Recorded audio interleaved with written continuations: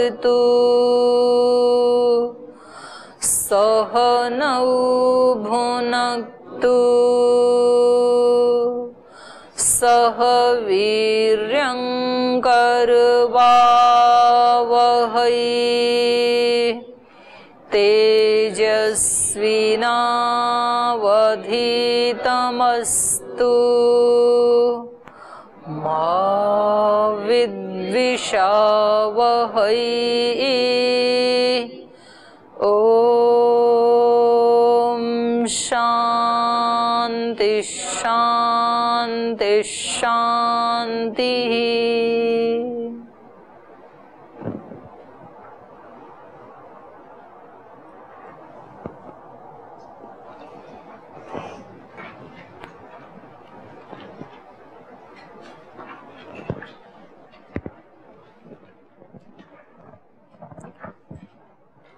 तो कल ये पूर्व पक्षी का प्रसंग चल रहा था।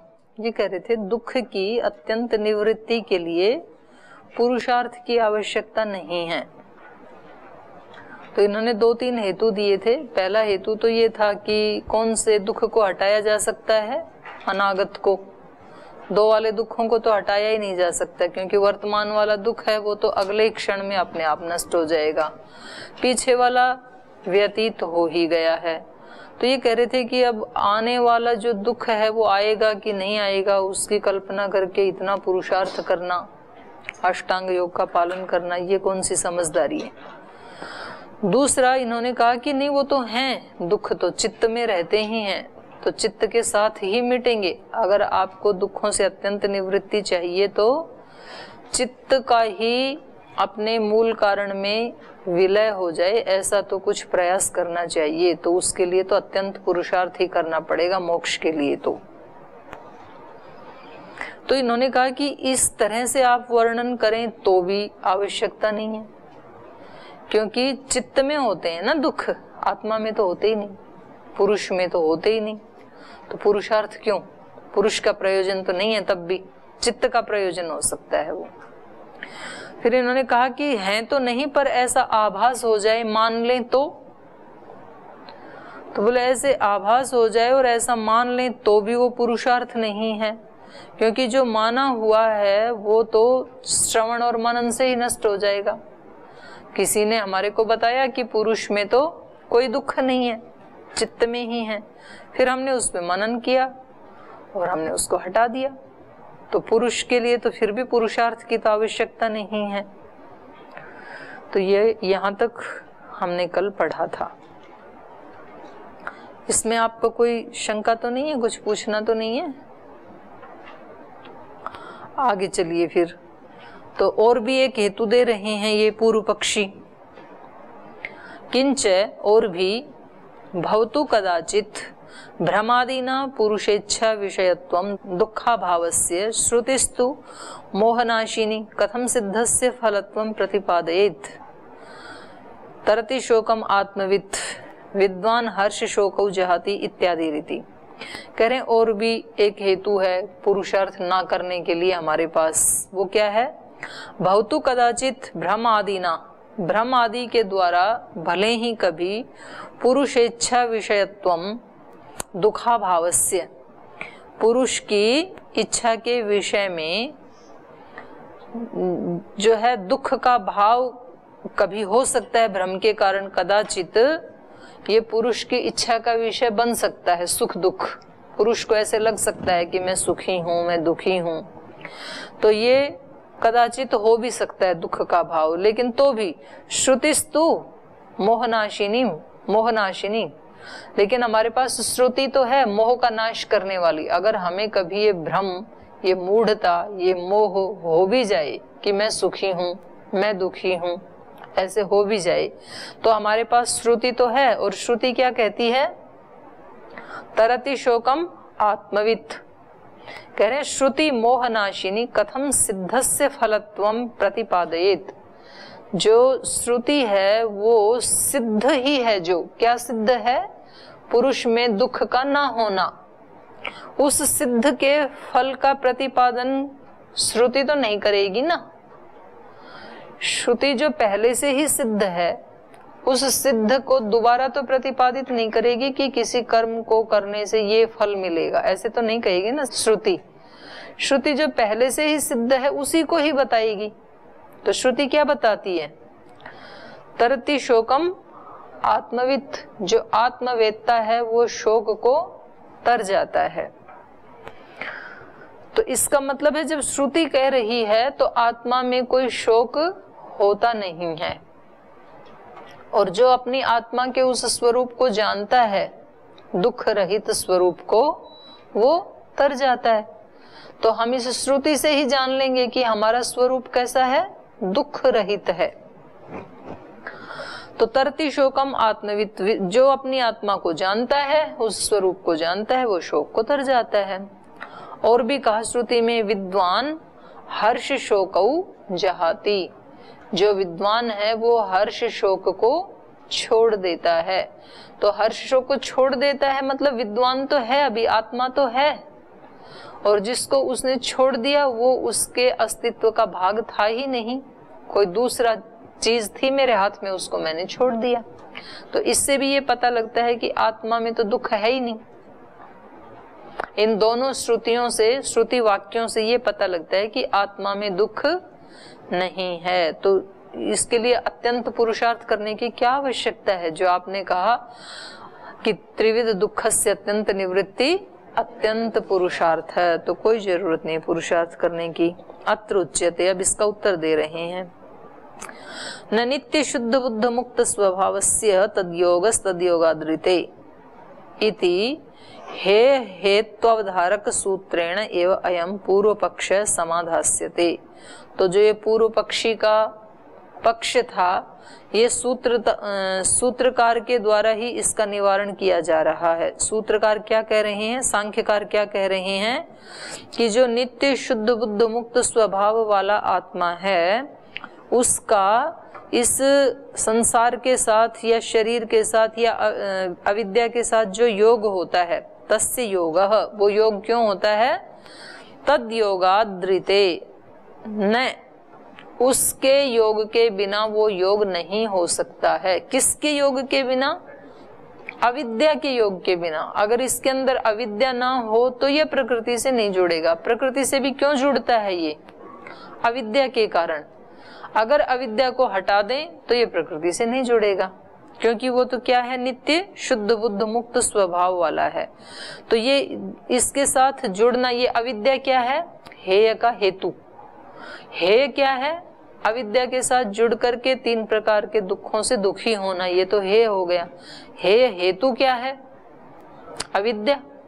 अविद्या के कारण जुड़ता है। तो कह रहे हैं इति हेय हेतु अवधारक सूत्रेण, हेय का हेतु, ये सूत्र कैसा है?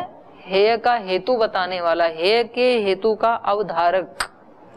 हेय हेतु अवधारक सूत्रेण एव अयम, इस हेय हेतु अवधारक सूत्र के द्वारा ही यह पूर्व पक्ष समाधास्यते, इसका समाधान किया जा रहा है। तथा ही कैसे किया जा रहा है? इसके द्वारा ये सूत्र कैसे बता रहा है? ये कह रहे हैं कि प्रतिबिंब आ जाता है। ये जो अविद्या है, इसके कारण जो चित्त में सुख दुख हैं, उसका प्रतिबिंब आत्मा पे आ जाता है। तो ये अविद्या ही क्या है?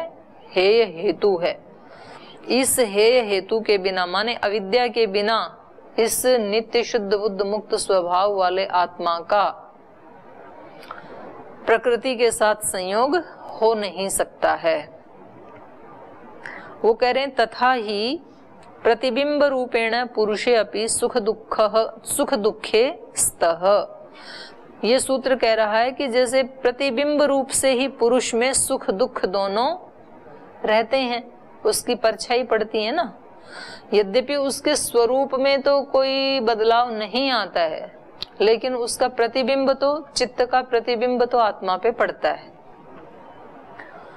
अन्यथा तयोः भोग्यत्व अनुपपत्ते है, नहीं तो फिर उनका भोग्यत्व उपपन्न नहीं होगा, क्योंकि भोग कौन करता है? सुख दुख का भोग करना ये किसका धर्म है? आत्मा का धर्म है, चेतन का धर्म है। जड़ तो भोग कर नहीं पाएगा, जड़ को ना सुख होगा न दुख होगा। जैसे इस शरीर से जब आत्मा निकल गया, चेतन निकल गया, तो अब इस डेड बॉडी को आप धूप में रखें तो उसको गर्मी लगेगी क्या? और उसकी कोई उंगली काट भी दें तो उसको दर्द होगा क्या? और उसको एसी में रखें तो उसको कितना अच्छा ऐसे लगेगा क्या? सुख की अनुभूति होगी क्या? उसके अंदर आप घी भर के डाल दें उसके मुख के ऊपर तो उसको सुख लगेगा क्या? कोई रसगुल्ला, मिठाई, गुलाब जामुन डालें तो उसको सुख मिलेगा क्या? नहीं मिलेगा। ना सुख की अनुभूति होगी, ना दुख की अनुभूति होगी। तो इससे क्या पता लगा कि सुख दुख की अनुभूति कौन कर रहा था? चेतन कर रहा था। तो ये कह रहे हैं सुख दुख की जो अनुभूति है इसकी अनुपपत्ति हो जाएगी। अगर ये प्रतिबिंब भी वहां तक नहीं जाएगा, आत्मा तक, तो सुख दुख की अनुभूति ही नहीं होगी फिर। तो सुख दुख की अनुभूति होती है, इससे ही ये पता लगता है कि सुख दुख का प्रतिबिंब पुरुष में जाता है। स्तः प्रतिबिंब रूपेण पुरुषे अपि सुख दुखे स्तः, प्रतिबिंब के रूप में पुरुष में भी सुख दुख रहते हैं। माने उसके अपने नित्य शुद्ध बुद्ध स्वरूप को तो नहीं नष्ट कर पाते हैं, लेकिन प्रतिबिंब के रूप में तो उसमें रहते हैं। जैसे शीशा है दीवार के ऊपर और उसके सामने जिस भी चीज को आप लाते हैं तो उस शीशे के अंदर वो प्रतिबिंब तो जाता है ना। आप काली चीज को लाएंगे तो काला प्रतिबिंब, लाल को लाएंगे तो लाल, मनुष्य को लाएंगे तो मनुष्य का प्रतिबिंब, बंदर को लाएंगे तो बंदर का प्रतिबिंब, गाय को लाएंगे तो गाय का, जो लाएंगे उसके सामने। लेकिन उसको हटा देंगे तो दर्पण में कोई बदलाव तो नहीं आएगा ना, वो तो रहता तो वैसा ही है ना।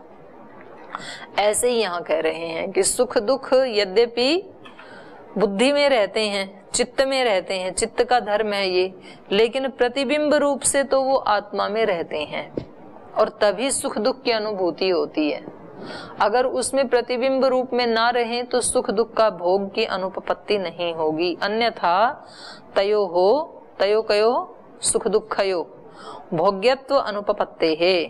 सुखादि ग्रहणम ही भोगः, सुखादियों का ग्रहण, ग्रहण मतलब ज्ञान, सुख का या दुख का ज्ञान करना, ग्रहण करना, इसी को क्या कहते हैं? भोग। ग्रहणम च तदाकारता, ग्रहण क्या है? तदाकारता, अपने आप को वैसा मान लेना।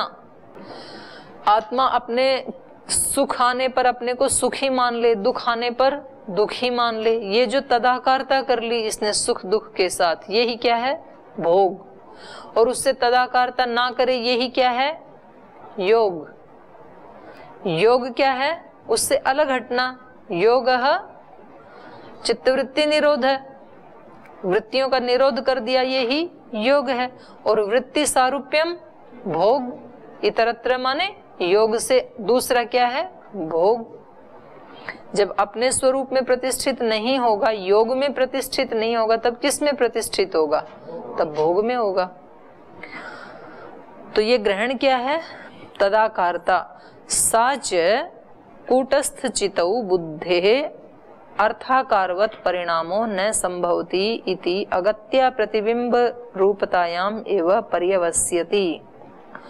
साच कूटस्थ चितौ, सा का तदाकारता, जो पहले वाक्य में, ये जो तदाकारता अपने आप उन सुख दुख के साथ अपने आप को जो तदाकार कर लेता है, ये तदाकारता कूटस्थ चितौ, उस कूटस्थ चेतन में, आत्मा तो कूटस्थ चेतन है जिसमें कोई परिवर्तन नहीं आता है, तो ये जो तदाकारता है ये कूटस्थ चेतन में बुद्धे अर्थाकारवत, बुद्धि का जो विषय है, बुद्धि अर्थ है माने बुद्धि का विषय, बुद्धि का विषय यदि सुख बना हुआ है तो सुखाकार हो जाएगा आत्मा, बुद्धि का विषय दुख बना हुआ है तो दुखाकार हो जाएगा। बुद्धे अर्थाकारवत, बुद्धि के विषय के समान, बुद्धि के अर्थ के समान इसकी समानता। बुद्धे अर्थाकारवत परिणामों न संभवती, तो बुद्धि के विषय के समान इसमें परिणाम संभव ही नहीं होगा, क्योंकि वो तो कूटस्थ है। यदि उसमें प्रतिबिंब भी ना पड़े तो वो बुद्धि के स्वरूप जैसा होगा नहीं तो भोग की अनुभूति भी होगी नहीं, सुख दुख की अनुभूति भी होगी नहीं। अगत्या प्रतिबिंब स्वरूपतायाम एवं पर्यवस्यति।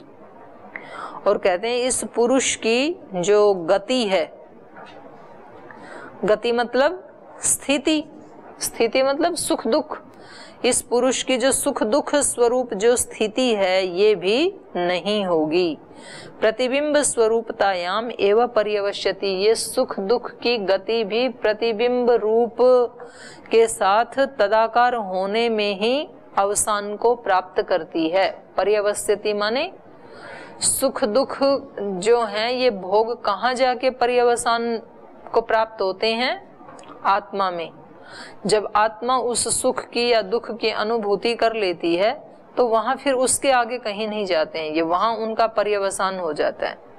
तो ये प्रतिबिंब के रूप में तो रहते हैं पुरुष में, और प्रतिबिंब के रूप में भी ना रहें इसके लिए क्या करना पड़ेगा? पुरुषार्थ। अपने स्वरूप को जानना पड़ेगा, अपने ही स्वरूप में रहना पड़ेगा, भोग से ऊपर उठ करके योग में रहना पड़ेगा। तो इसके लिए क्या करना पड़ेगा? पुरुषार्थ। तो पुरुषार्थ की आवश्यकता है, ये उत्तर पक्षी ने स्थापित किया। अयमेव बुद्धि वृत्ति प्रतिबिंबो वृत्ति सारूप्यमितरत्र। करें ये जो बुद्धि वृत्ति का प्रतिबिंब है यही योग दर्शन में सूत्र में बताया, वहां योग दर्शन का सूत्र कह रहा है वृत्ति सारूप्यम इतरत्र, वृत्ति सारूप्य हो जाता है ये। इति योग सूत्रेण उक्त सत्वे तु तप्यमाने तदाकारानुरोधात् पुरुषेपि अनुतप्यत इव दृश्यते।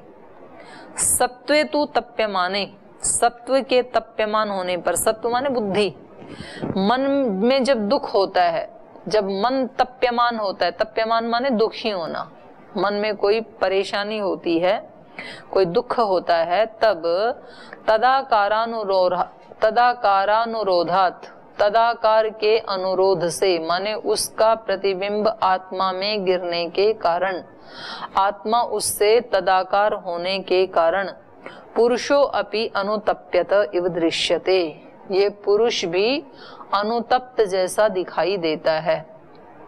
चित्त के दुखी होने पर, बुद्धि के दुखी होने पर ये आत्मा भी दुखी जैसा दिखाई देता है। इव लगाया यहाँ पे, दुखी ही नहीं हो जाता है, उसका चित्र जाता है तो दुखी जैसा होता है।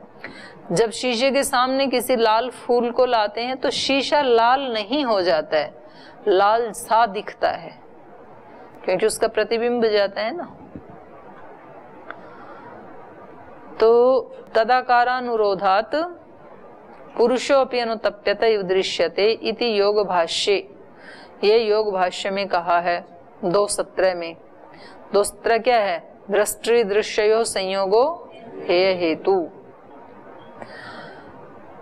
तदाकारानुरोध शब्देन विशिष्यैव तापादि दुःखस्य प्रतिबिंब उक्तः। तो वहां पर तदाकारानुरोधेन शब्दे, तदाकारानुरोध शब्देन, ये इसको इन्वर्टेड कॉमाज में लगा लीजिए। तदाकारानुरोध इस शब्द से विशिष्यैव, विशेष रूप से बताया गया है कि तापादि दुःखस्य प्रतिबिंब, तापादि जो दुख हैं इनका प्रतिबिंब आत्मा में गिरता है, ये वहां पर बताया गया है तदाकारानुरोध इस शब्द के द्वारा। योग भाष्य में इस सूत्र के ऊपर 2:17 के ऊपर बताया गया। अतएव च पुरुषस्य बुद्धिवृत्ति उपरागे स्फटिकम दृष्टान्तम सूत्रकारो वक्ष्यति कुसुमवच्च मणिः। अतएव इसलिए पुरुषस्य वृत्त्युपरागे, पुरुष का वृत्ति से उपरक्त होने पर, जैसी वृत्ति आई वैसा पुरुष रंगा गया उस वृत्ति में। सुख की वृत्ति आई तो सुखी, दुख की वृत्ति आई तो दुखी, और उदासीनता की वृत्ति है तो उदासीन, जैसी वृत्ति आई वैसी वृत्ति से ये रंगा जाता है। अतएव च पुरुषस्य, पुरुष का बुद्धि वृत्ति पर आगे, बुद्धि की वृत्ति के द्वारा रंगे जाने से, उपरक्त होने से, स्फटिकम दृष्टांतम, स्फटिक मणि का दृष्टांत सूत्रकारो वक्षति, सूत्रकार बताएंगे 235 नंबर सूत्र पे। 235 है कुसुम वच्चय मणि। स्फटिक मणि होती है ना सफेद, जिसकी माला बना के पहनते हैं, तो उसके सामने जैसे रंग को लाएं वो मणि वैसे रंग की दिखने लगती है।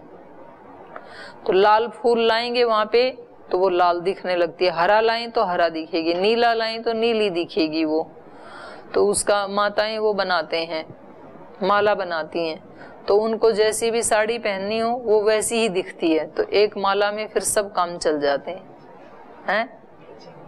हाँ, मैचिंग हो जाता है वो। लेकिन उसके सामने जब तक लाएं तब तक वो दिखेगी, उसको हटा दिया तो वो अपने स्वरूप में रहेगी। फिर उसका अपना स्वरूप क्या है? श्वेत है, कोई कलर नहीं है उसका अपना। तो ऐसे ही आत्मा के सामने जब बुद्धि की जैसी वृत्ति होगी वैसा प्रतिबिंब उसमें पड़ेगा, जब तक बुद्धि के साथ रहेगी, प्रकृति के साथ संयोग रहेगा तब तक। जब प्रकृति के साथ संयोग नहीं है तो अपने स्वरूप में रहेगी। तदा द्रष्टुहु स्वरूपवस्थानम।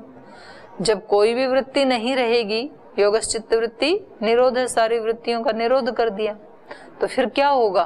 बोल तदा दृष्टु स्वरूपवस्थानम, अपने स्वरूप में रहेगा। तो हम हमारे ऊपर हमारे साथ जब जैसे बाहर के कोई बातचीत करने वाले लोग होते हैं तो हमारी वैसी वृत्ति रहती है, और जब कोई भी हमारे पास नहीं होते हैं तब हम अपने स्वरूप में रहते हैं। अपने स्वरूप का मतलब अपनी बुद्धि के साथ रहते हैं, और उस बुद्धि को भी बाहर वाला मान लिया, उसके भी अंदर खिसक गए, तो फिर अपने विशुद्ध आत्म स्वरूप के साथ रहते हैं।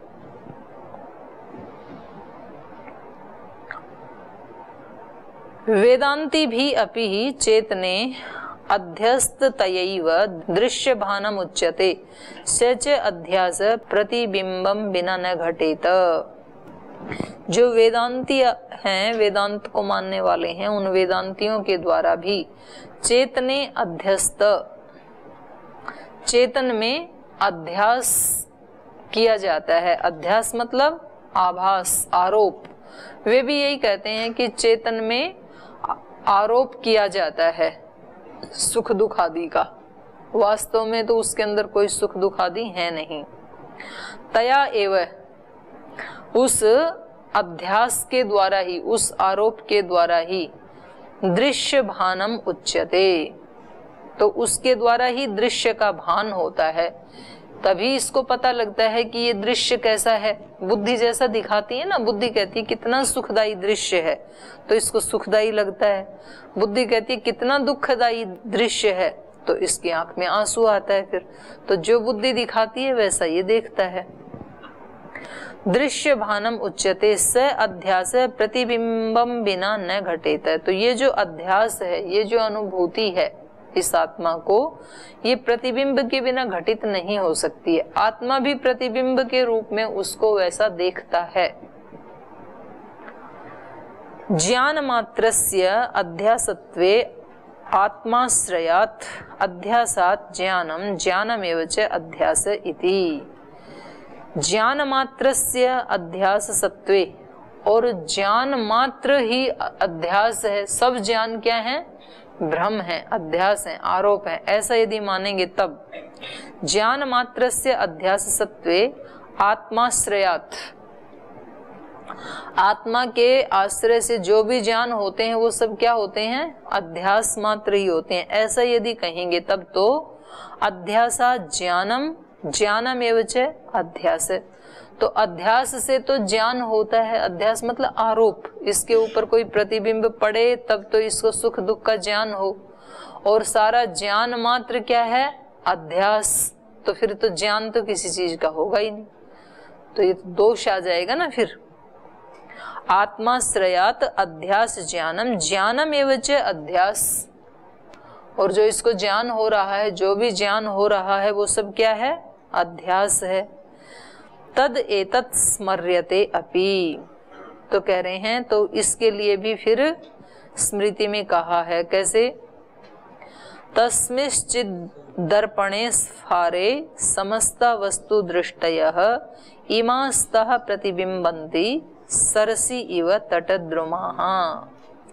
तस्मिंश्चित् दर्पणे स्फारे, स्फार दर्पण में, उस स्वच्छ निर्मल दर्पण में, समस्ता वस्तु दृष्टयः, कौन से दर्पण में कौन सा है निर्मल दर्पण, कौन सा है?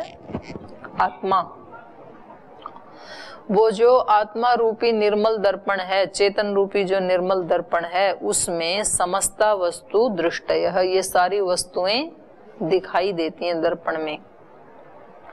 कैसे? इमास्ता प्रतिबिंबन्ति, ये सारी वस्तुएं प्रतिबिंब रूप से उसमें दिखाई देती हैं। सरसी इव तट द्रुमा, जैसे कोई नदी हो, सरसी मतलब नदी, और उसमें किनारे के जो वृक्ष हैं वो दिखाई देते हैं ना नदी में, पर वास्तव में नदी में होते नहीं है, दिखाई तो ऐसे देते हैं बिल्कुल जैसे ऊपर है ऐसे नदी में दिखाई देते हैं। तो ऐसे ही ये जो बिल्कुल निर्मल पवित्र दर्पण की तरह से स्वच्छ आत्मा है, उसमें ये सारे संसार की वस्तुएं दिखाई देती हैं। किस रूप में? प्रतिबिंब रूप में। तो ये सिद्ध ये करना चाह रहे हैं कि आत्मा में इन सब चीजों का प्रतिबिंब है, और उस प्रतिबिंब को हटाने के लिए पुरुषार्थ करना पड़ेगा, क्योंकि वो प्रतिबिंब के साथ तदाकार हो जाता है, और तदाकार होते ही वो सुखी दुखी हो जाता है, भोग में फंस जाता है।